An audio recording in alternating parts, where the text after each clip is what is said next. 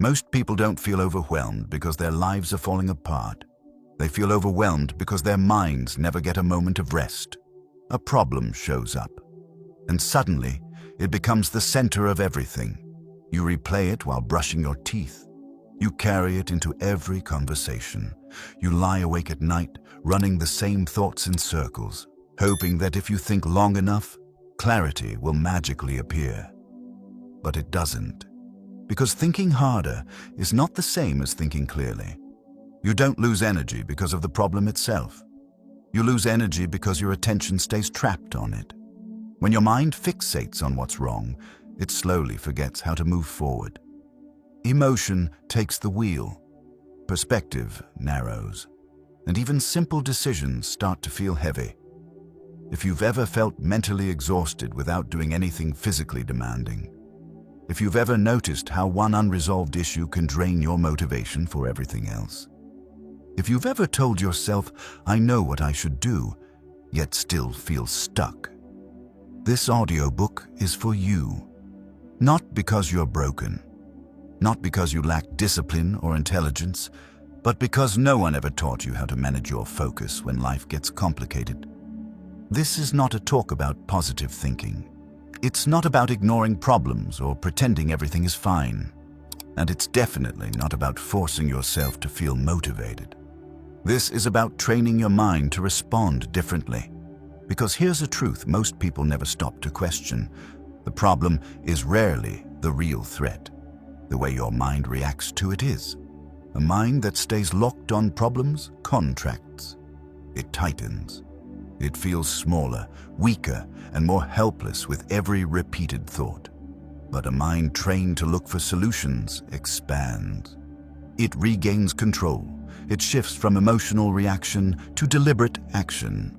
That shift changes everything. When you focus only on what's wrong, your nervous system stays on edge. Your body prepares for danger instead of movement, and clarity disappears. But when you focus on what can be done next, even if it's small, your system settles. Your breathing slows, your thinking sharpens, and momentum quietly returns. This audiobook is designed to guide you back to that state. Over the next 60 minutes, you won't be asked to solve your entire life. You won't be asked to make drastic changes or set unrealistic goals. You'll be asked to do something far more powerful. You'll learn how to interrupt mental loops that keep you stuck. You'll learn how to separate facts from the stories your emotions attach to them. You'll learn how to regain clarity when your thoughts feel crowded and loud. Most importantly, you'll learn how to train your mind to move toward solutions instead of feeding problems. Because clarity is not something you wait for. It's something you practice. And when your mind becomes clear, action becomes simple. Not easy, but simple. By the end of this audiobook, you won't feel like life suddenly has no challenges. But you will feel steadier, more grounded, more capable of meeting problems without being consumed by them. This is where calm replaces chaos. This is where focus replaces overthinking. This is where you stop asking why things are happening and start deciding what to do next. Let's begin. Chapter 1. Problems are not the enemy. Most people treat problems as threats. Something to fear, something to avoid, something that must disappear before they can feel calm again. But that belief quietly creates more damage than the problem itself. A problem is not an enemy. It doesn't arrive to punish you. It arrives to reveal something about your environment, your habits, your decisions, or your current way of thinking. The real danger begins when your mind mistakes the presence of a problem for a signal that something is wrong with you. When that happens, clarity collapses. Instead of seeing a situation for what it is, your mind reacts emotionally. Tension rises, thoughts speed up, and the problem starts to feel bigger, heavier, and more personal than it actually is. This is where most people get stuck. They don't struggle because the problem is unsolvable. They struggle because they fuse the problem with their identity. They think, "This shouldn't be happening to me." Or if I were smarter, stronger, or more disciplined, this wouldn't exist. And in that moment, the problem stops being information. It becomes a judgment. But problems were never meant to be judgments. They are signals. A signal that something needs attention. A signal that something needs adjustment. A signal that there is a gap between where you are and where you want to be. That's all. When you remove emotion from the equation, problems become neutral. They don't carry meaning. They don't attack your worth. They simply point. Yet most minds are not trained to see them this way. From a young age, we are conditioned to associate problems with failure. Mistakes mean punishment. Struggle means weakness. Difficulty means you're behind. So when problems appear in adult life, financial pressure, relationship tension, uncertainty about direction, the nervous system reacts as if danger is present. The body tightens. The mind goes into defense mode. And instead of asking, "What is this showing me?" the mind asks, "How do I make this stop?" That shift changes everything. When your goal becomes escaping discomfort rather than understanding it, your thinking narrows. You rush. You overthink. You replay the same scenarios without resolution. This is why problems feel exhausting. Not because they require effort, but because emotional resistance consumes energy. A problem observed calmly takes far less power than a problem resisted emotionally. Think about this carefully. Two people can face the same situation. One feels overwhelmed, anxious, and stuck. The other feels focused, grounded, and decisive. The difference is not intelligence, it's not confidence, it's not luck, it's an interpretation. One sees the problem as a threat to their stability. The other sees it as a situation that requires a response. One collapses inward, the other moves outward. This audiobook is built on a simple but often ignored principle. A problem does not control your state. Your relationship to the problem does. When you treat problems as enemies, you fight them emotionally. When you treat problems as data, you work with them strategically. And strategy always outperforms emotion. Here is where clarity begins. A problem is unprocessed information.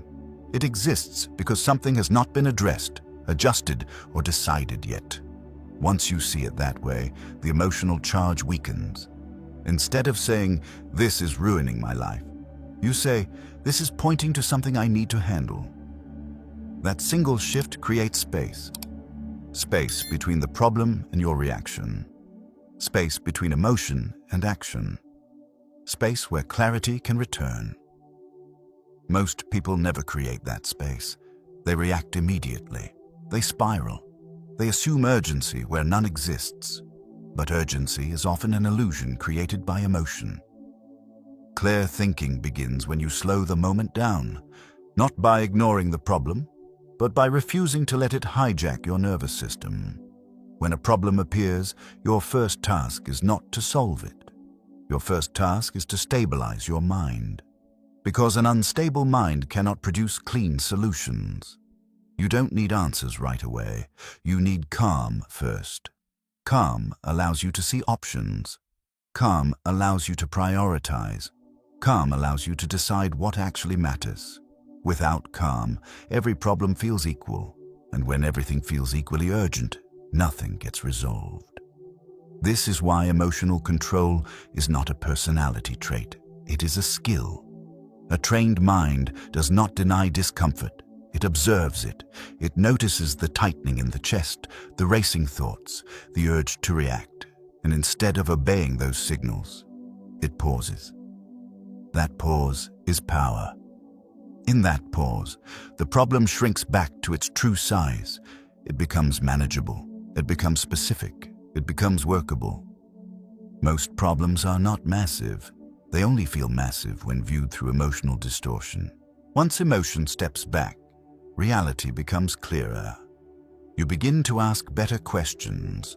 What part of this is within my control? What decision have I been avoiding? What action, if taken, would reduce this tension even slightly?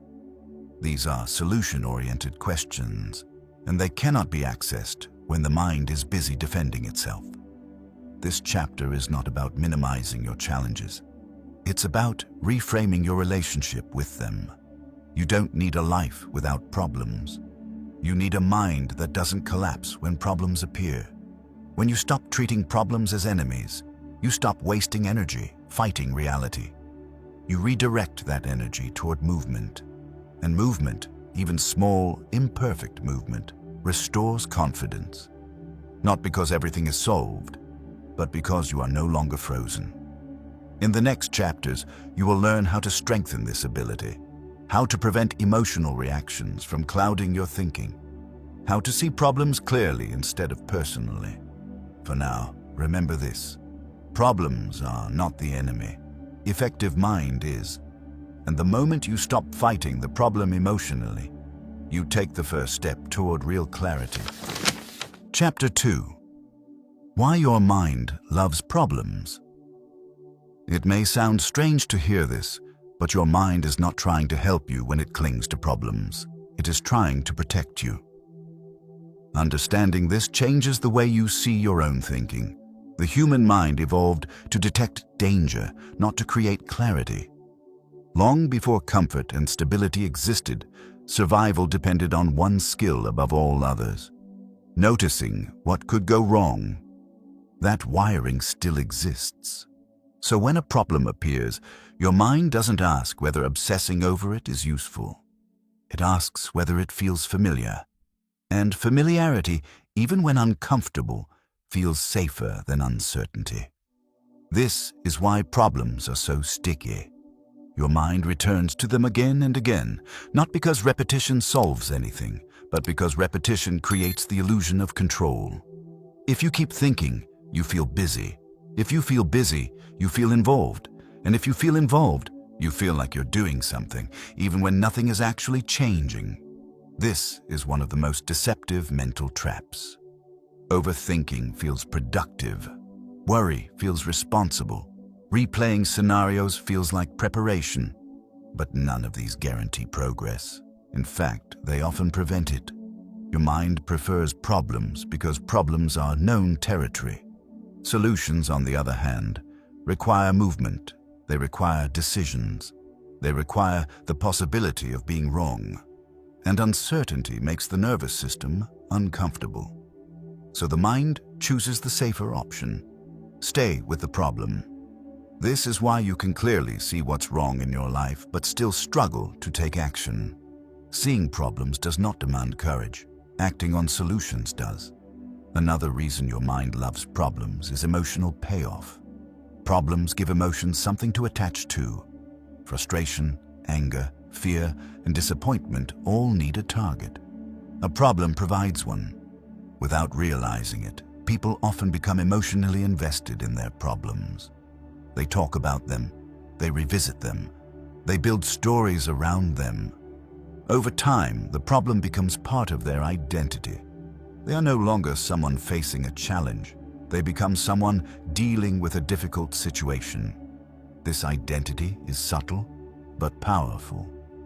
Once a problem becomes part of who you are, letting go of it feels like losing a piece of yourself. So the mind resists resolution, not consciously, quietly. This is why some problems linger far longer than necessary. The mind says, "At least I know this pain," and unknown improvement feels riskier than familiar discomfort. There is also a biological reason this happens. When you focus on problems, your brain releases stress hormones. Those hormones sharpen attention in the short term. They make everything feel urgent and important. That chemical intensity tricks the mind into believing something meaningful is happening. But prolonged exposure to stress shuts down higher-level thinking. Creativity decreases. Perspective narrows. Options disappear. So the very state you enter to solve the problem is the state that makes solutions harder to see. This is the paradox. The mind keeps returning to problems to feel prepared, but the longer it stays there, the less capable it becomes. Another pattern to notice is storytelling. The mind does not like incomplete narratives. When a problem appears, it immediately tries to explain it. Why did this happen? What does this mean? What will happen next? These questions are not neutral. They are loaded with assumptions. Instead of observing reality, the mind creates a story to make sense of uncertainty. And once the story exists, the mind defends it. If the story is negative, the problem feels permanent. If the story is dramatic, the problem feels overwhelming. If the story is personal, the problem feels like a verdict on your worth. And now the mind has even more reason to stay focused on it. Because questioning the problem would mean questioning the story, and questioning the story would mean admitting it might not be true. This takes awareness. Most people never pause long enough to notice this process happening. They assume their thoughts are facts. They assume their emotional reactions are accurate reflections of reality, but thoughts are habits. And habits can be trained. Once you understand that your mind is drawn to problems out of conditioning, not wisdom, you stop trusting every thought that demands your attention. You stop asking, why can't I stop thinking about this? And start asking, what does my mind gain by staying here? That question alone weakens the loop. Because the moment you see that fixation is a pattern, not a necessity, choice returns. You are no longer fighting your mind. You are observing it, and observation creates distance. This chapter is not about blaming the mind. The mind is doing what it was trained to do, but you are no longer living in an environment where constant threat detection serves you. You are living in a world where clarity, judgment, and calm decision-making matter more, which means the old programming must be updated. You don't need to eliminate problems from your life. You need to stop letting your mind treat them like home. The next time you notice yourself circling the same issue, pause and remember this. Your mind is not asking for an answer. It is asking for certainty. And certainty does not come from more thinking. It comes from deliberate action. In the next chapter, you will learn how to break this cycle by separating facts from the stories your mind attaches to them. Because once the story dissolves, the problem loses its emotional grip. And when that grip loosens, clarity has space to return. Chapter 3. Separate facts from stories. Most mental suffering does not come from what happens. It comes from what your mind says about what happens. This distinction is subtle, but once you see it, you can't unsee it. A fact is neutral. The story is emotional. A fact is something that can be recorded by a camera or written down without interpretation. A story is the meaning your mind attaches to that fact, and the mind attaches meaning instantly. Something goes wrong. A message isn't returned. A plan falls apart. A mistake is made. The fact is simple, but the story is loud. The story says, "This always happens to me." The story says, "I'm falling behind." The story says, "This is proof that I'm not enough." And suddenly, a small event becomes a heavy burden. This is where clarity disappears. When facts and stories merge, your thinking loses precision. You stop responding to reality and start reacting to interpretation. Most people don't realize this is happening because stories feel true.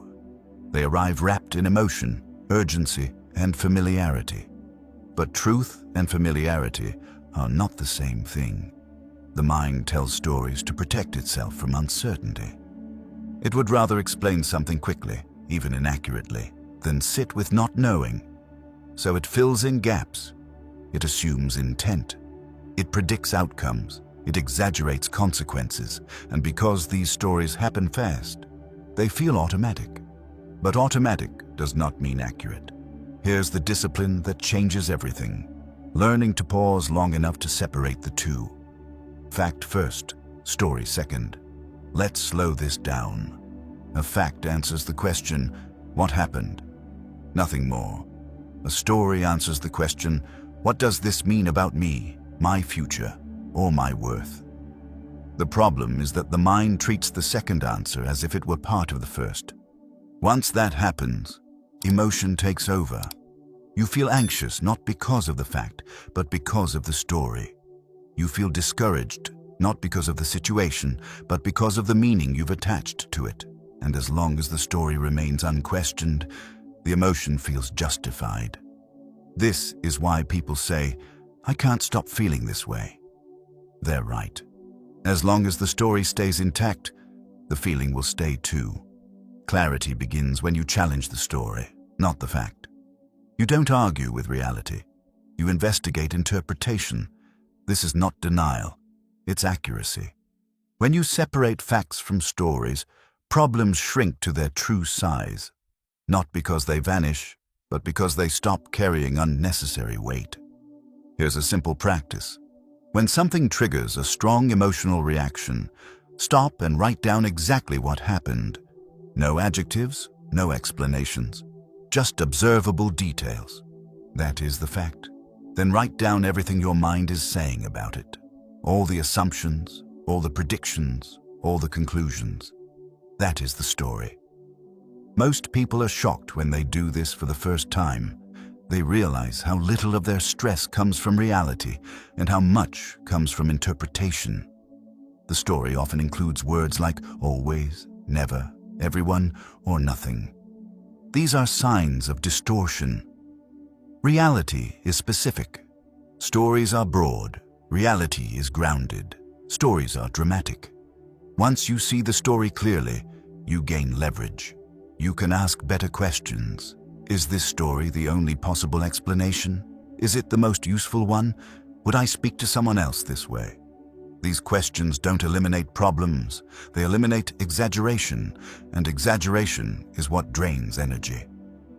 Another important point: stories feel personal. Facts don't. The moment you hear yourself thinking, "This says something about who I am," you've moved out of fact and into narrative. That doesn't make you weak, it makes you human. But it does mean clarity requires training. A trained mind doesn't suppress stories. It recognizes them. It says, "This is my mind trying to make sense of uncertainty." Not, "This is absolute truth." That shift creates emotional distance. Distance creates calm. Calm creates options. Without that distance, every problem feels like a verdict. With it, problems become tasks. This is the difference between emotional thinking and strategic thinking. Emotional thinking asks, "Why is this happening to me?" Strategic thinking asks, "What information is here?" One drains power, the other restores it. You don't need to stop your mind from telling stories. You need to stop letting those stories run the show. When you separate facts from stories, you reclaim authority over your attention. You stop feeding unnecessary stress. You stop reacting to imagined futures. You stop arguing with interpretations that were never verified. This doesn't make you passive. It makes you precise. Precision is calm strength. As you continue listening, begin noticing how often your mind blends fact and story without permission. Not to judge it, just to see it. Awareness alone weakens the pattern. In the next chapter, we'll build on this foundation by learning how emotional control creates mental clarity. Because once stories loosen their grip, your emotional state becomes something you can influence, not something that controls you. Chapter 4. Emotional control creates mental clarity. Clarity does not disappear because you lack intelligence. It disappears because emotion takes the lead. The moment emotion rises unchecked, thinking narrows. Your attention tightens. Your options shrink. And what once felt manageable suddenly feels overwhelming. This is not a personal flaw. It is a biological response. When the nervous system senses threat, real or imagined, it prioritizes survival, not understanding. Speed over accuracy, reaction over reflection. That is why emotional moments feel urgent, and why decisions made in those moments are often regretted later. Most people believe they must solve the problem first in order to feel calm. But the order is reversed. You must calm the mind first in order to see the solution. Emotional control is not about suppression. It is not about pretending you don't feel stressed, angry, or afraid. It is about preventing those emotions from hijacking your thinking. Uncontrolled emotion turns problems into emergencies. Controlled emotion turns problems into processes. Think about the last time you felt emotionally overwhelmed. Your thoughts were likely repetitive, your body tense, your breathing is shallow. In that state, creativity shuts down, perspective disappears, and even good advice sounds irritating or useless. That's not because the advice is wrong. It's because your mind is not in a state to receive it. This is why emotional control is foundational. Without it, no technique works. No strategy sticks. No solution feels accessible. The mistake most people make is waiting for emotion to pass on its own. They distract themselves. They avoid the problem. They hope time will soften the feeling. Sometimes it does. Often it doesn't. Because emotion feeds on attention. The more you engage with it mentally, the longer it stays active. The more you argue with it, the stronger it becomes. Control begins with interruption. The first skill is recognizing when emotion is rising, not after it has taken over, at the moment it begins. This requires awareness of the body, tightness in the chest, clenched jaw, shallow breathing, racing thoughts. These are not signs of weakness, they are early warning signals. A trained mind notices them and pauses. That pause is not passive, it is deliberate. You stop trying to solve the problem. You stop replaying the story. You stop reacting. And you shift your focus to regulation. Slow the breath. Relax the shoulders. Ground attention in the present moment. This may sound simple, but simplicity does not mean insignificance. Physiological calm restores cognitive access. When the body settles, the mind follows. This is why calm is strategic. A calm mind can see distinctions. It can prioritize. It can separate what matters from what doesn't. An emotional mind cannot. This is where many people resist. They think, if I calm down, I'll stop caring. Or, if I don't stay emotionally engaged, nothing will get fixed. But emotion is not commitment. Intensity is not effective. In fact, excessive emotion often blocks resolution. Consider this truth carefully. No problem is solved at the emotional level it was created. Stress does not solve stress. Anger does not produce clarity. Fear does not generate insight. They only signal that something needs attention.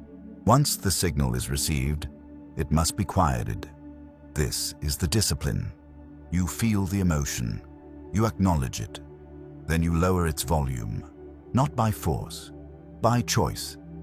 This is where control becomes empowerment. You are not eliminating emotion, you are leading it. Leading emotion means deciding when it speaks and when it listens. When emotion leads, it demands immediate relief. When logic leads, it asks for the next effective step. Both exist, but only one should be in charge. Emotional control also changes how you perceive time. Under emotional pressure, everything feels urgent.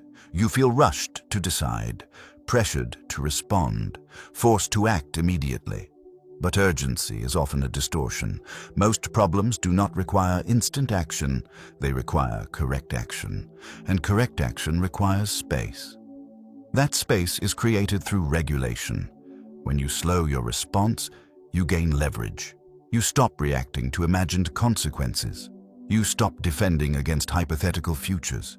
You start working with what is actually in front of you. This is mental clarity. It does not arrive suddenly. It returns gradually as emotional noise fades. And once it does, solutions appear more obvious than expected. Not because the problem changed, but because your state did. This chapter is not asking you to become emotionally numb. It is asking you to become emotionally skilled. Skill means knowing when to engage and when to pause, when to feel and when to think, when to wait and when to act. Without this skill, every problem feels personal. With it, problems become technical. Technical problems can be solved. Personalized problems feel endless. As you move forward, remember this principle. You do not gain clarity by pushing harder. You gain clarity by settling first. Control your state, and your thinking will follow. In the next chapter, we will build on this by learning how solution-focused thinking is a trainable skill, not a personality trait. Because once emotion is under control, the mind becomes something you can direct, not something you must endure. Chapter 5. Solution thinking is a skill. Many people believe that some individuals are simply better at solving problems. They assume it's talent or intelligence or confidence. And when they struggle to move forward, they quietly conclude that something is missing in them. This belief is comforting, but false. Solution thinking is not a trait you're born with. It is a skill you train. And like any skill, it follows a structure. Most people never learn that structure.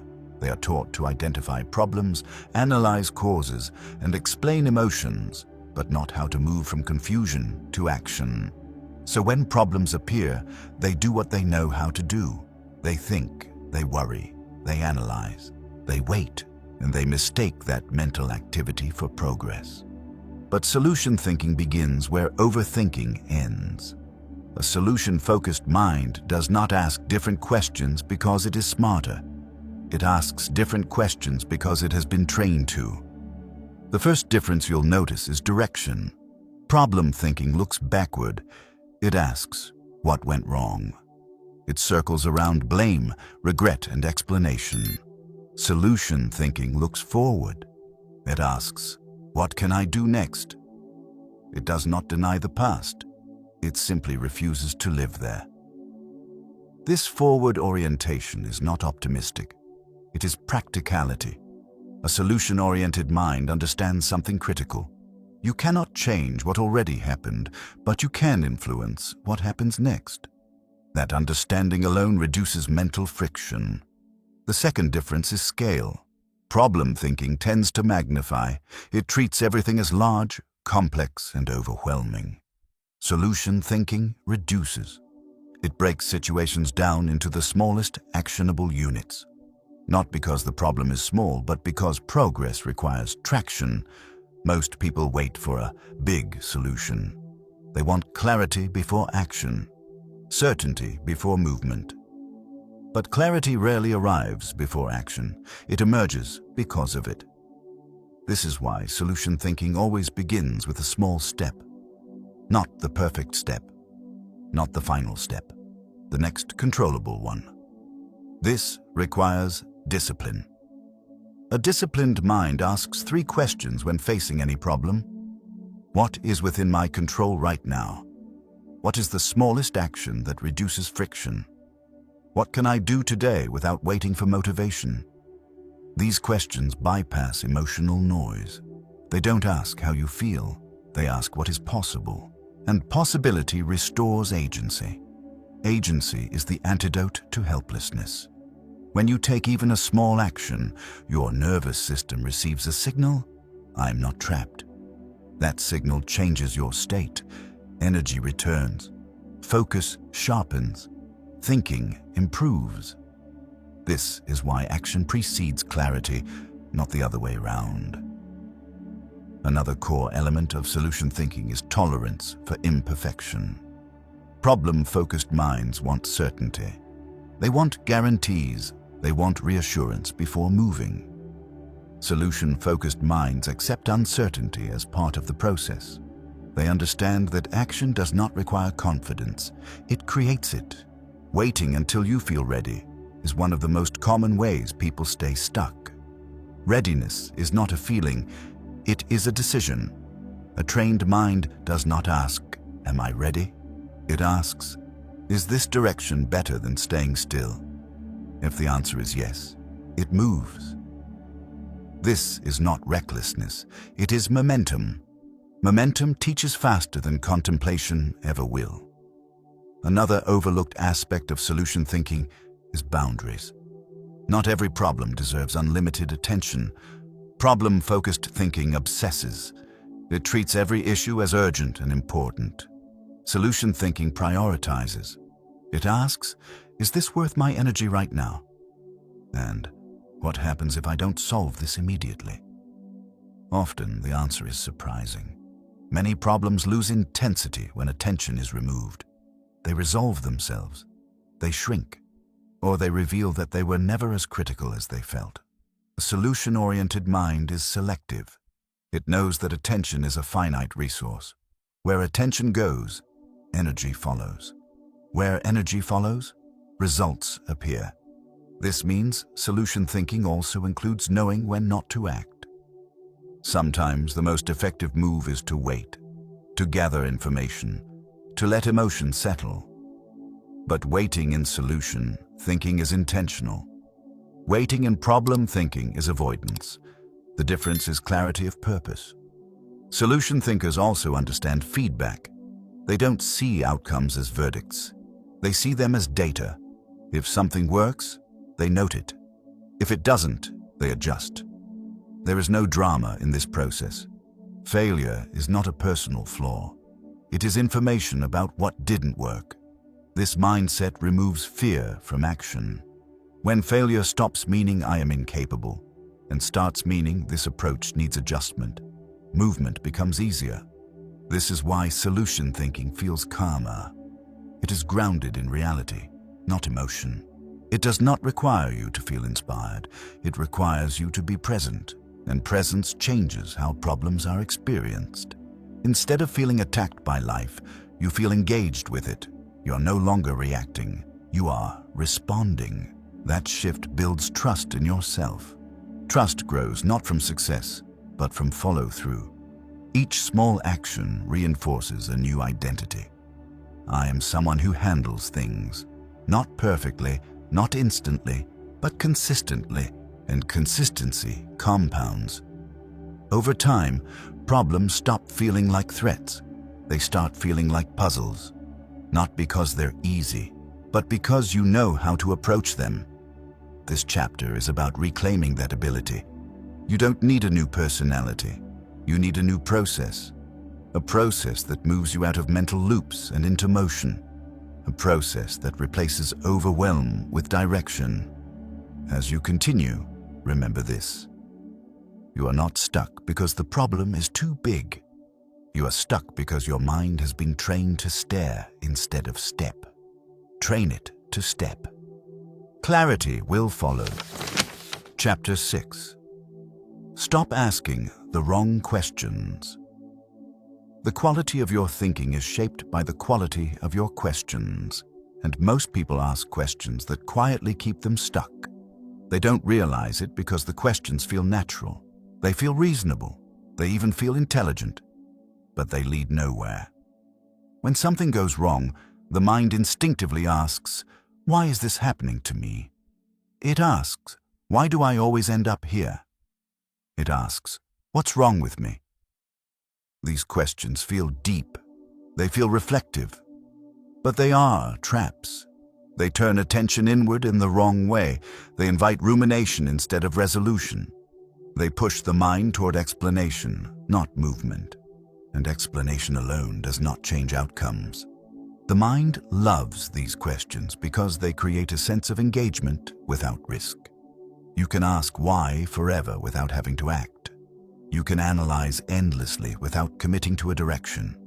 This is why wrong questions are so dangerous. They feel productive while quietly draining momentum.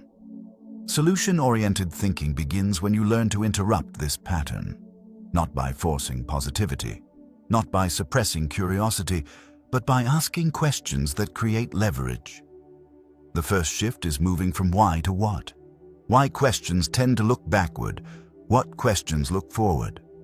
Why did this happen? Keeps you in the past. What needs to be done now?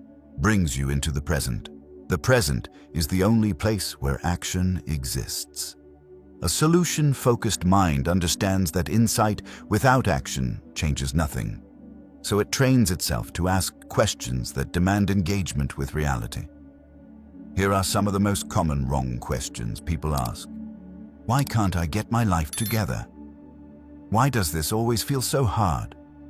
Why do other people have it easier? None of these questions contain a path forward. They invite comparison, they invite self-criticism, they invite helplessness. Now contrast them with better questions. What part of this is within my control? What is the smallest step that would improve this situation? What decision have I been avoiding? These questions don't feel as emotionally dramatic, but they are effective. They don't comfort the ego. They activate responsibility. Responsibility is not to blame. It is power. When you ask better questions, you change your relationship to the problem. You stop seeing yourself as someone things happen to. You start seeing yourself as someone who responds. This shift restores dignity. Another category of wrong questions revolves around certainty. People ask, what if this goes wrong? What if I fail? What if I make the wrong choice? These questions feel cautious, but they paralyze. They assume that perfect foresight is required before movement. But life does not work that way. No meaningful progress happens without uncertainty. Better questions accept uncertainty as a condition, not a barrier. Instead of asking, what if I fail? Ask, what would I learn if this didn't work? Instead of asking, what's the right choice? Ask, which choice moves me forward, even slightly? Forward movement corrects itself. Stillness does not. A trained mind understands this. It does not seek guarantees. It seeks direction. Another subtle but powerful mistake is asking emotionally loaded questions. Questions like, why am I like this? Or, why can't I be better? These questions assume a flaw before any evidence is examined. They frame the problem as a defect of identity rather than a challenge of skill or circumstance. This damages confidence over time. A solution-focused mind avoids identity-based questions. It does not ask, what does this say about me?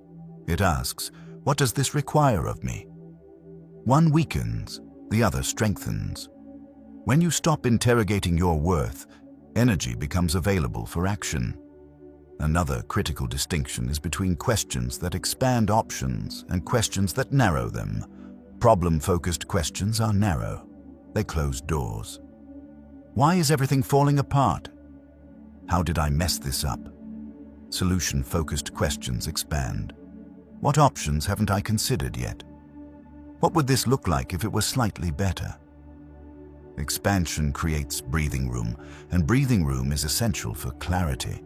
Under pressure, the mind tends to ask extreme questions. It jumps to worst-case scenarios.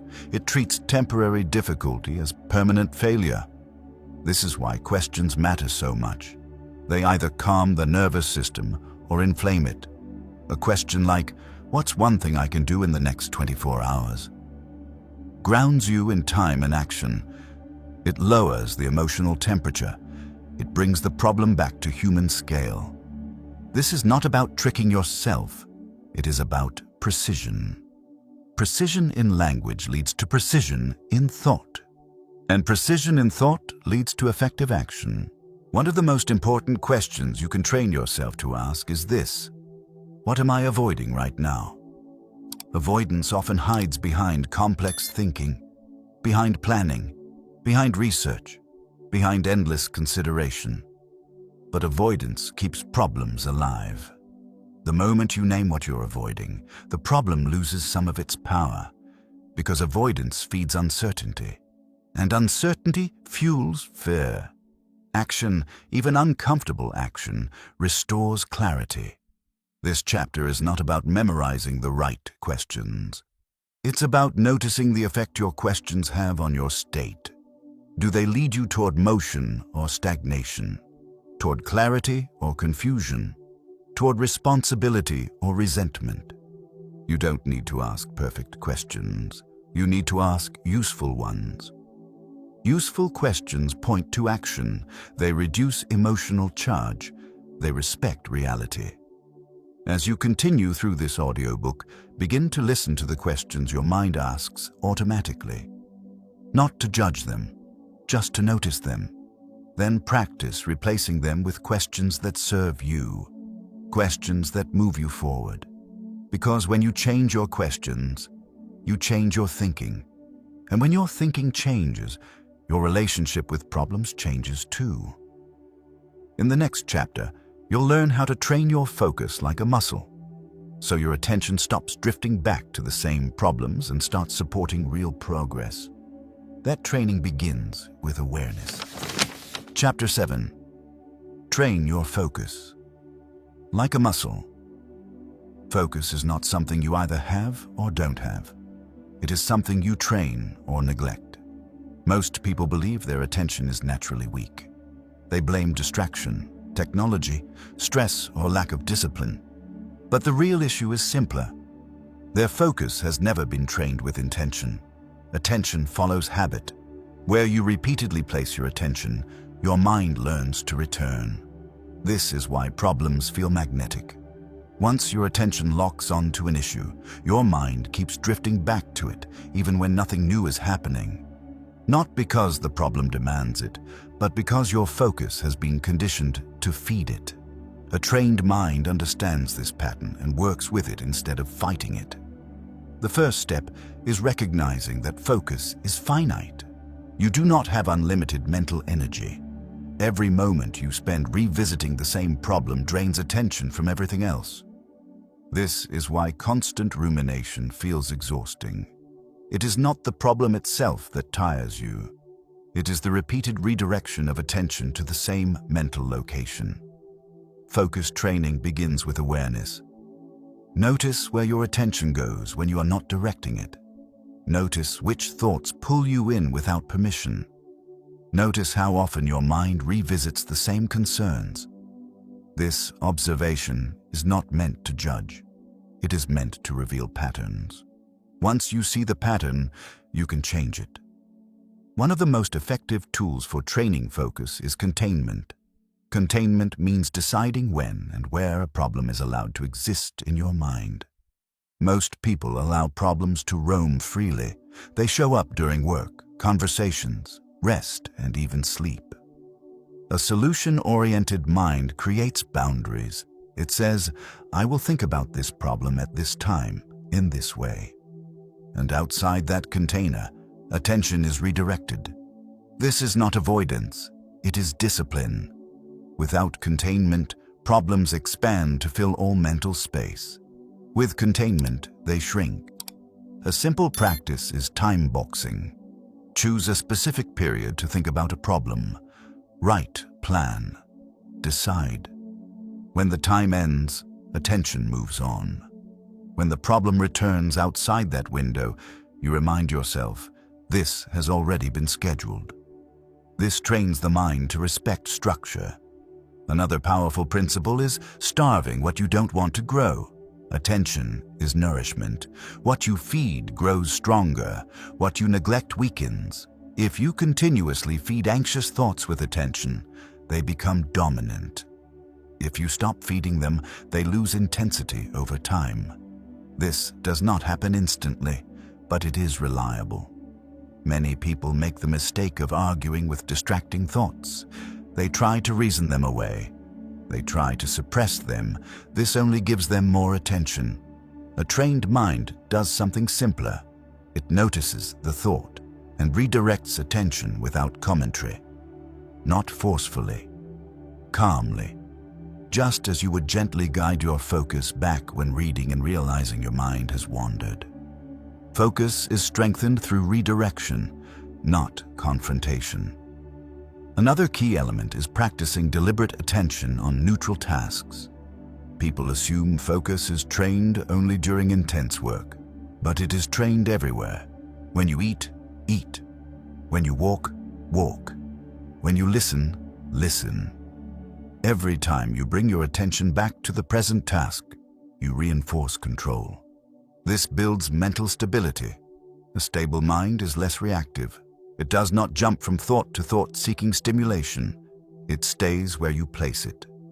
This stability reduces the grip of problems, because problems thrive on uncontrolled attention. Another important distinction is between focus and fixation. Focus is intentional. Fixation is automatic. Focus serves a purpose. Fixation drains energy. Learning to tell the difference matters. Ask yourself, is this thought helping me move forward right now? If the answer is no, it does not deserve your full attention. This is not avoidance, it is prioritization. Solution-oriented focus asks, what deserves my attention at this moment? And the answer changes throughout the day. Another challenge many people face is mental residue. This happens when attention stays partially attached to a problem even after you move on. You are working, but not fully present. You are resting, but still thinking. This split attention reduces effectiveness everywhere.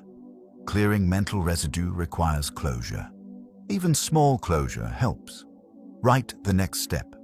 Make a simple decision. Set a reminder. The mind relaxes when it knows something has been acknowledged and scheduled. Unfinished thinking is what keeps attention stuck. Focus training also requires patience. Your mind will drift. It always does. The goal is not to eliminate distraction. The goal is to notice it sooner and return faster. Each return is a repetition, and repetition builds strength. Over time, the space between distractions grows. The pull of problems weakens, and your ability to choose where attention goes improves. This is not dramatic. It is gradual, but it is powerful, because when you control your focus, you control what grows in your mind. You stop feeding anxiety with attention. You stop rehearsing worst-case scenarios. You stop reliving the same thoughts. And in that space, clarity emerges, not as a sudden insight, but as a steady state. This chapter is about reclaiming your attention, not to become rigid, but to become deliberate, because where your focus goes, your life follows. In the next chapter, we will bring everything together by exploring the identity of a solution-oriented mind, an identity that no longer collapses under pressure, but responds with calm, direction, and purpose. Chapter 8. Identity of a solution-oriented mind. At a certain point, understanding is no longer the issue. You may already know how to calm yourself. You may already recognize destructive thought patterns. You may already understand what needs to change. Yet under pressure, you still find yourself reacting the same way. This is because behavior does not ultimately come from knowledge. It comes from identity. When stress appears, you don't consult techniques. You default to who you believe you are. That is why lasting change happens only when identity changes. A solution-oriented mind is not defined by constant confidence or positive emotion. It is defined by an internal stance toward life. That stance sounds simple, but it is powerful. I'm someone who handles things. Not perfectly, not effortlessly, but consistently. This identity does not say, I should be able to deal with this. It says, I will deal with this. The difference is subtle, yet profound. Should creates pressure. Will creates direction. Most people unconsciously carry an identity shaped by past overwhelm. They see themselves as someone who gets stuck, freezes, avoids, or overthinks. And once that identity is accepted, behavior follows automatically. When a problem appears, the reaction is predictable. Tension rises, self-doubt appears, action is delayed. Not because the problem is too big, but because the identity underneath it expects collapse. A solution-oriented identity changes that expectation. It does not assume ease, it assumes engagement. This identity accepts discomfort as part of progress. It does not interpret difficulty as a sign to stop. It says, this feels uncomfortable because I am stretching, not because I am failing. That interpretation alone preserves momentum. Another defining feature of this identity is responsibility without self-attack. A problem-oriented identity often swings between blame and helplessness.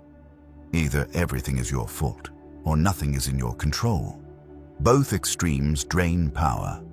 A solution-oriented identity stands in the middle. It says, I didn't choose everything that happened, but I choose how I respond. This keeps responsibility grounded. You're not carrying the weight of the world. You're carrying only what is yours to carry. That clarity reduces overwhelm. Overwhelm comes from vague responsibility. Clarity comes from defined responsibility. This identity also reshapes emotional experience. Fear still appears. Frustration still arises. Doubt still shows up. But these emotions are no longer treated as commands. They are treated as signals. A solution-oriented mind listens without obeying. It acknowledges emotion, then asks, what action aligns with who I am? Identity becomes the anchor. This prevents emotional spirals. Instead of asking, how do I get rid of this feeling? You ask, what does someone like me do next? That question bypasses rumination. Another key aspect of this identity is patience. Not passive patience, active patience. The patience to take one step without demanding immediate relief. The patience to allow clarity to emerge through action, not before it. Problem-oriented identities demand certainty first. They want guarantees. Solution-oriented identities accept uncertainty as the cost of movement. They do not wait for confidence. They build it through follow-through. This identity also changes how mistakes are processed. Mistakes are no longer proof of inadequacy. They are information about what needs adjustment, information about what doesn't work, nothing more. This prevents shame from taking root. Shame turns attention inward and freezes progress. Information turns attention outward and restores movement. A solution-oriented identity protects forward motion at all costs. It understands that stopping completely is more damaging than choosing imperfect action. This identity is also deeply practical. It does not romanticize struggle. It does not dramatize difficulty. It asks simple, grounded questions. What matters right now? What can I control? What is the next reasonable step? These questions become automatic because they are consistent with identity. You don't force them. They arise naturally. Identity simplifies thinking. When you know who you are, decisions become easier. Another important shift happens in how time is experienced. A problem-oriented identity feels crushed by the future. It tries to solve everything at once. A solution-oriented identity lives in sequence. One step, then the next. This prevents paralysis. You stop asking, how do I fix my entire life? And start asking, what is the next correct move? This shift restores calm. Calm is not the absence of problems. It is the absence of internal resistance. A solution-oriented identity reduces resistance. You stop fighting reality emotionally. You start working with it strategically. This identity is built slowly, not through declarations, not through motivation, but through repetition. Each time you respond instead of react, identity strengthens. Each time you take responsibility without self-criticism, it deepens. Each time you act while uncertain, it solidifies. These moments seem small, but they accumulate evidence. Evidence changes self-image. Over time, you stop wondering whether you can handle challenges. You assume that you will. That assumption changes everything. You approach problems differently. You speak to yourself differently. You recover faster. This does not mean life becomes easy. It means you become stable. Stability is the real goal, not control over circumstances. Control over response. A solution-oriented identity is not rigid. It is adaptable. It adjusts when needed. It learns quickly. It moves forward without drama. Drama feeds problems.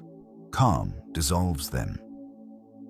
As you reach the end of this chapter, consider this carefully. When a problem appears, who do you become? Do you become tense and avoidant, or grounded and engaged? That answer has nothing to do with intelligence. It has everything to do with identity. And identity is not fixed, it is practiced.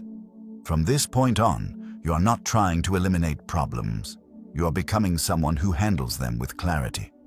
That is the true shift. Once that identity takes root, problems lose their emotional power.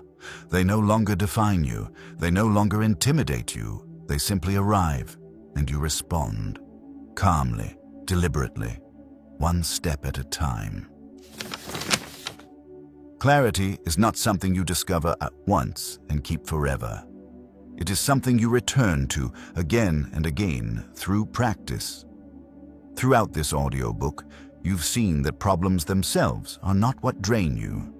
What drains you is the way attention, emotion, and identity interact when a problem appears.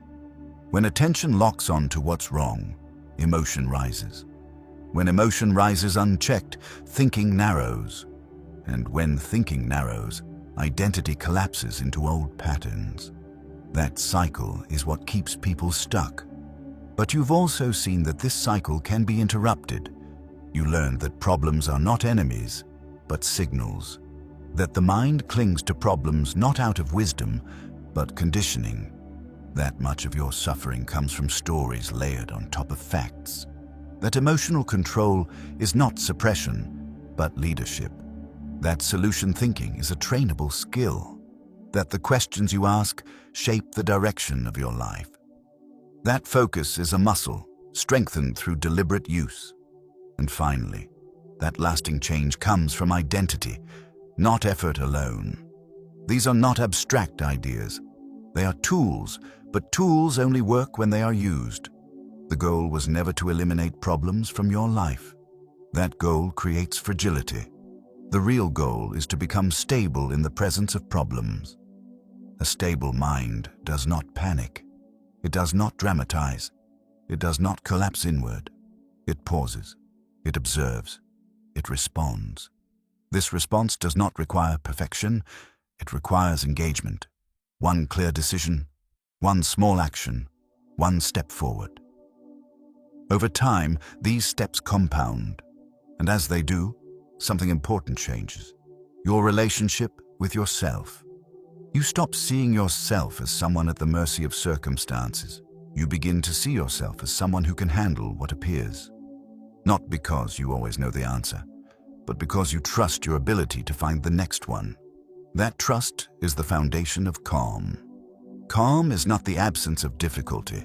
It is the absence of internal resistance. When you stop fighting reality emotionally, energy becomes available. When energy becomes available, clarity returns. And when clarity returns, action becomes simpler. Not easier, but simpler. As you move forward, you will still encounter uncertainty. You will still feel doubt. You will still have moments where your mind wants to spiral back into old habits. That is normal. The difference now is awareness. You will notice when attention drifts toward rumination. You will notice when emotion begins to lead. You will notice when identity starts to shrink. And in that noticing, choice reappears. You don't need to change everything at once. You don't need to apply every concept perfectly. You only need to return to one principle. Focus on what you can do next. That focus keeps you grounded. It keeps you engaged. It keeps you moving. Life does not become clearer because problems disappear. It becomes clearer because your mind learns how to relate to them differently. And that skill is always available to you. Whenever you feel overwhelmed, return to the basics. Separate facts from stories. Lower emotional intensity. Ask better questions. Take a small step. Clarity is built this way, quietly, consistently, without drama. This audiobook does not end your challenges. It changes how you meet them. From this point on, problems are no longer something to fear.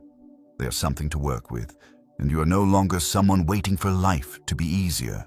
You are someone capable of thinking clearly, even when it isn't. That is the real outcome. And it is something you can carry with you long after this audiobook ends.